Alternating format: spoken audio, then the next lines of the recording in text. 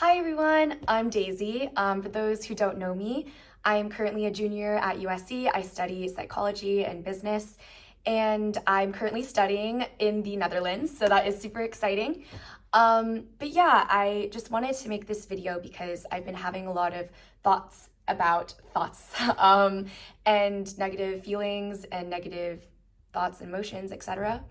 And the goal for this video and similar videos is that you all just listen while maybe you, I don't know, are doing chores or like when you just want something interesting to listen to, hopefully interesting, and that it would just be some food for thought. And it's really just my current reflections, things I've been learning and realizing, and things I still have questions about that I'd love to discuss or receive feedback on. So it's just a space of just chatting, thinking, discussing, and I hope you enjoy it. Okay, so for today, I wanted to more specifically talk about negative thoughts and negative emotions.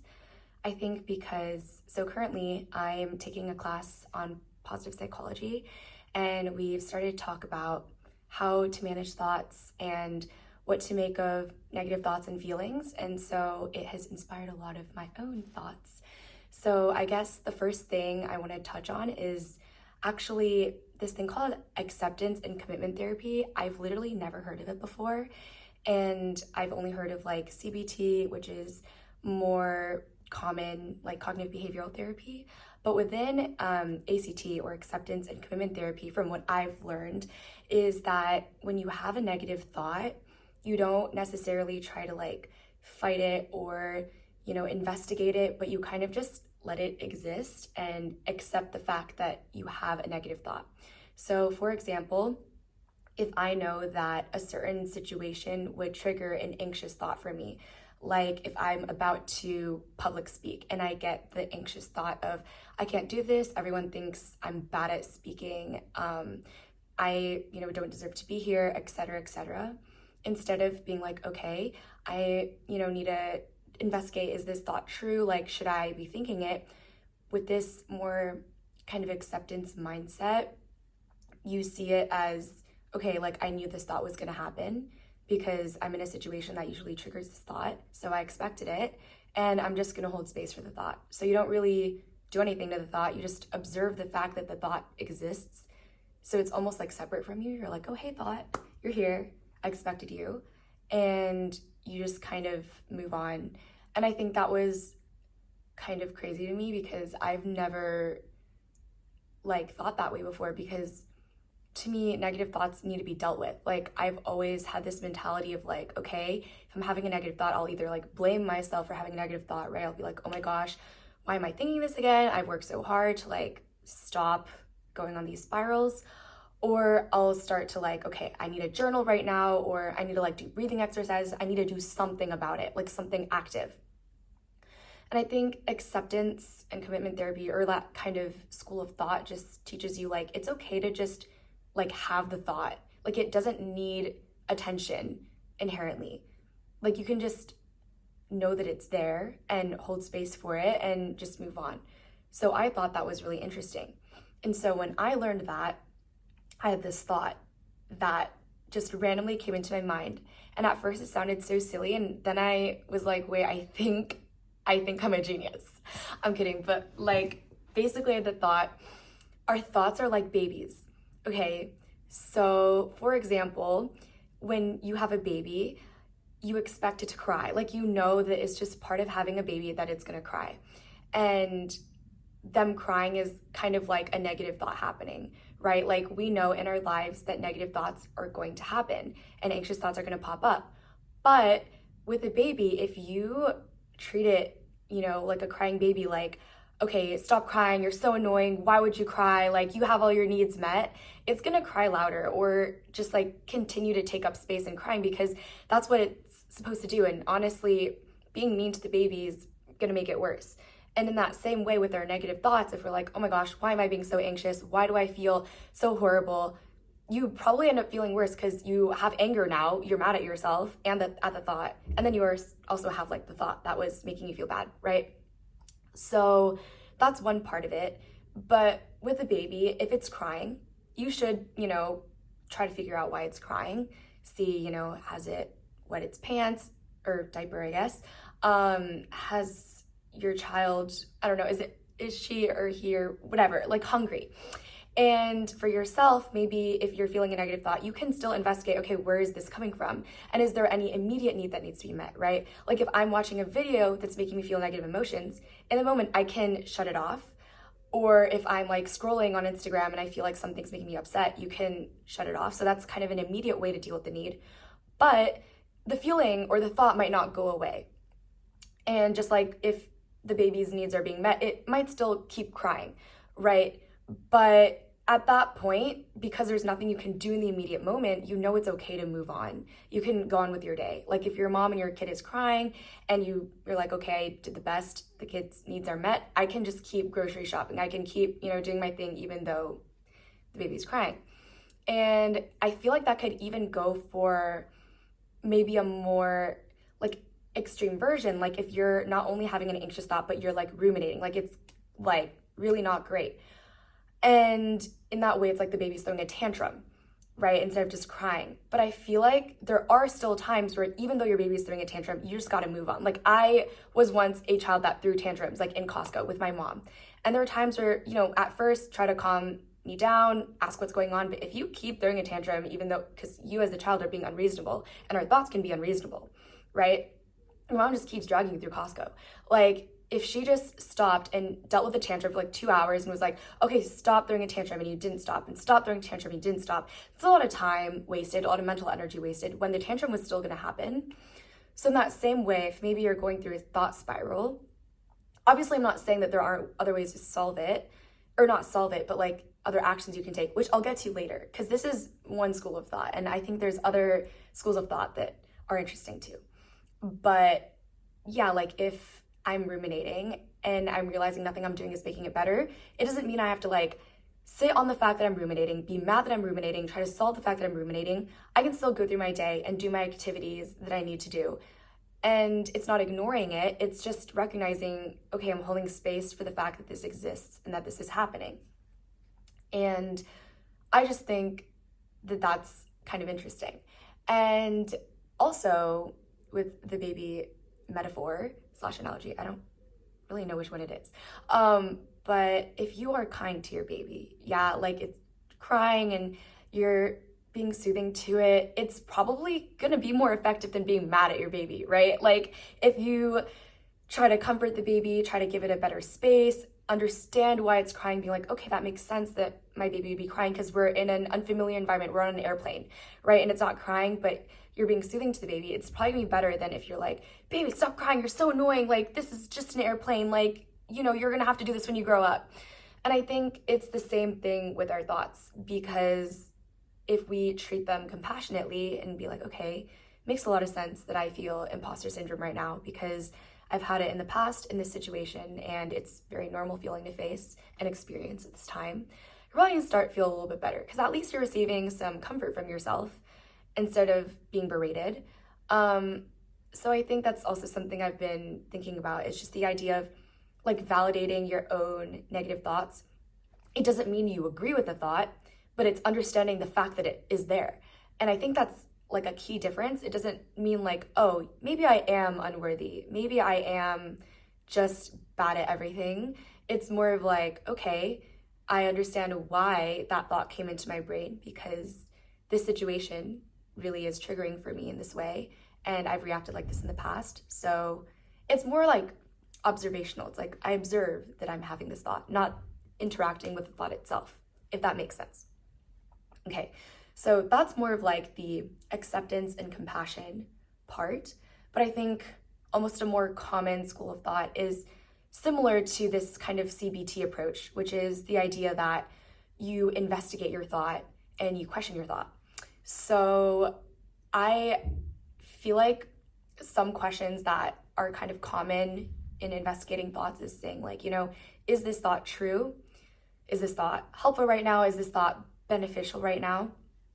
And I think there are times where this is very helpful, right? Because I think realizing that your thoughts aren't inherently true is like a big thing. Like I didn't realize that thoughts could be untrue until like literally a couple years ago, because when you think them, it just is in your mind, like you have to like create distance from the thought to observe if it's true or not. But if you don't intentionally create that distance, then the thought just automatically like gets to be true. At least that's my experience.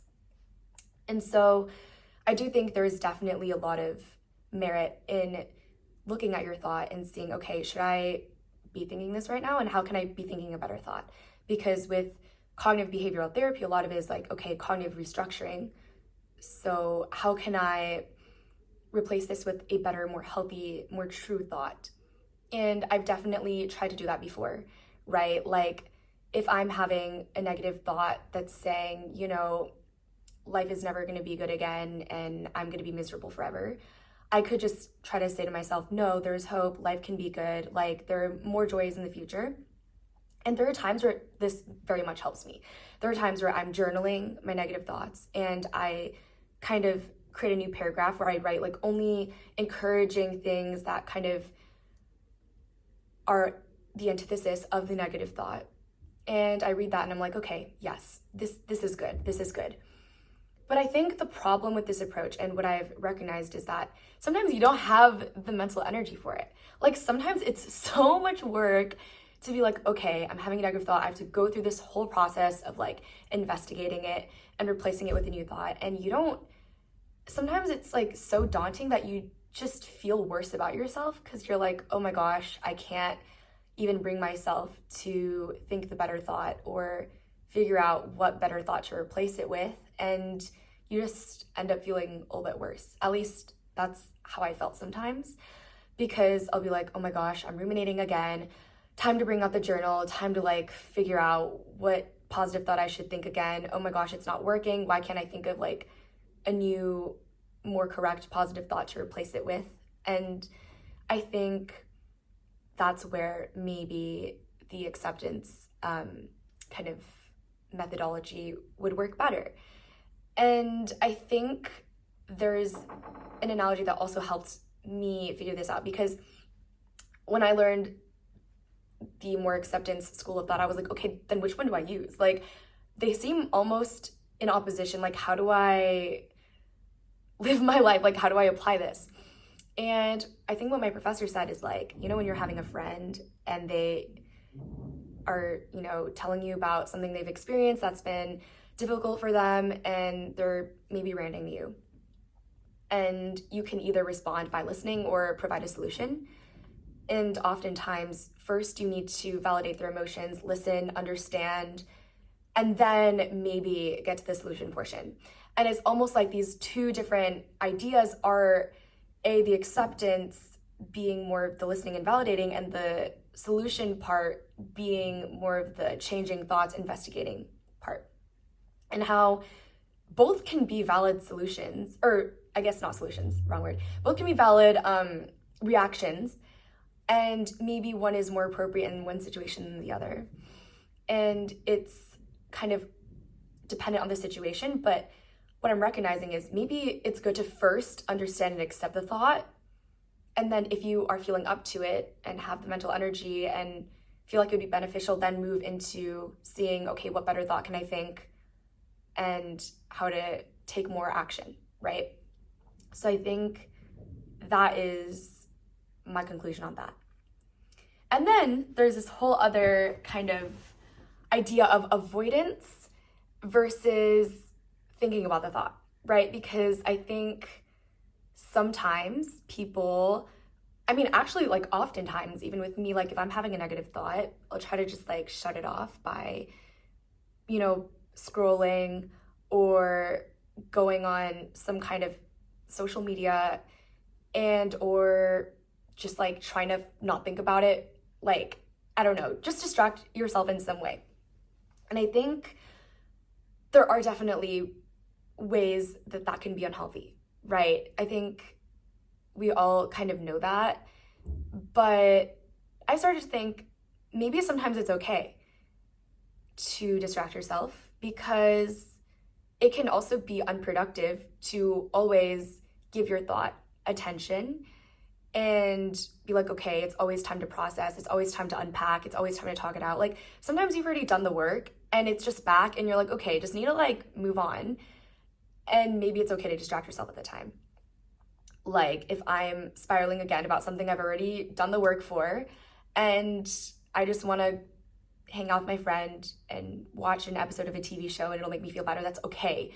Or like I want to just escape into a book and that's okay. So I think, I don't know, my thoughts on avoidance have kind of changed where like it can be like a valid way to cope if you know yourself well enough to know that it's okay at that moment.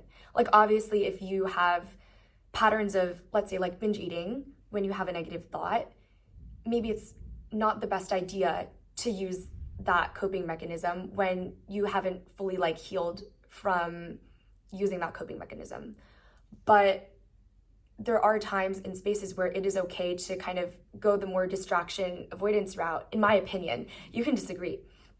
But if you know yourself well, know your boundaries well, know your limits well, and know that you can do the avoidance in a healthy way and that it is the best solution at the time.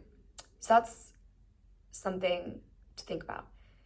And also, there's more of that like traditionally healthy ways to cope, right? Like, oh, go out and go for a run, get some sun, or like journal, or like, I don't know, meditate. Things like that seem like objectively good to do. But I think that's almost kind of, again, in the realm of creating a solution for the thought, because sometimes you don't have the energy to do those things. Like there have been times where like I have a negative thought, I'm like, okay, I should go out for a run. I'm like, I don't want to do that. No. Or like, yeah, talking to a friend about it. I'm like, well, I don't really want to have human interaction right now. It's not for me right now. And I think that's okay. Because I used to think there was healthy coping mechanisms and unhealthy coping mechanisms. And it was very black and white, where healthy was journal, pray, talk it out, run, think about it. And unhealthy is like, don't think about it, avoidance, and I don't know, being by yourself and letting the thought exist. But I'm seeing now that honestly, it's a little bit more complex than that. And it could be unhealthy for you to like literally force yourself while you're having a bad thought to like go out and do something that's not what you want to do. Like if I'm feeling horrible and I don't want to go run, I force myself to go on a run. I don't think that's being super kind to yourself. But then there's that part of me in the back of my mind that's like, okay, but if you know you'll feel better after the run because of like endorphins, then you should do it. So honestly, not sure about that one. But I do think it's maybe more complicated than what meets the eye. So I guess where I'm at right now at the end of the day is seeing that there's more tools in my arsenal than just the typical like, okay, process the emotion, meditate, yoga, whatever. And it is okay to just move on with your life and just see the thought and have it exist and acknowledge it, observe it, validate it, but not stop my life to like figure out how to make it better. And also that there are healthy ways to distract yourself, but that's my opinion. And I am curious to know what all of you think about the ways that you currently cope with negative thoughts, negative emotions, what works for you, and if anything I said is interesting or maybe you think is wrong, because I just think this is like a cool topic of discussion. And yeah, so I do hopefully intend to make more videos like this in the future because I just think a lot about random things. And I want to discuss them with people, and I guess this is like an avenue for me to do that. So I hope you all enjoyed being here and chatting with me, and enjoy your days.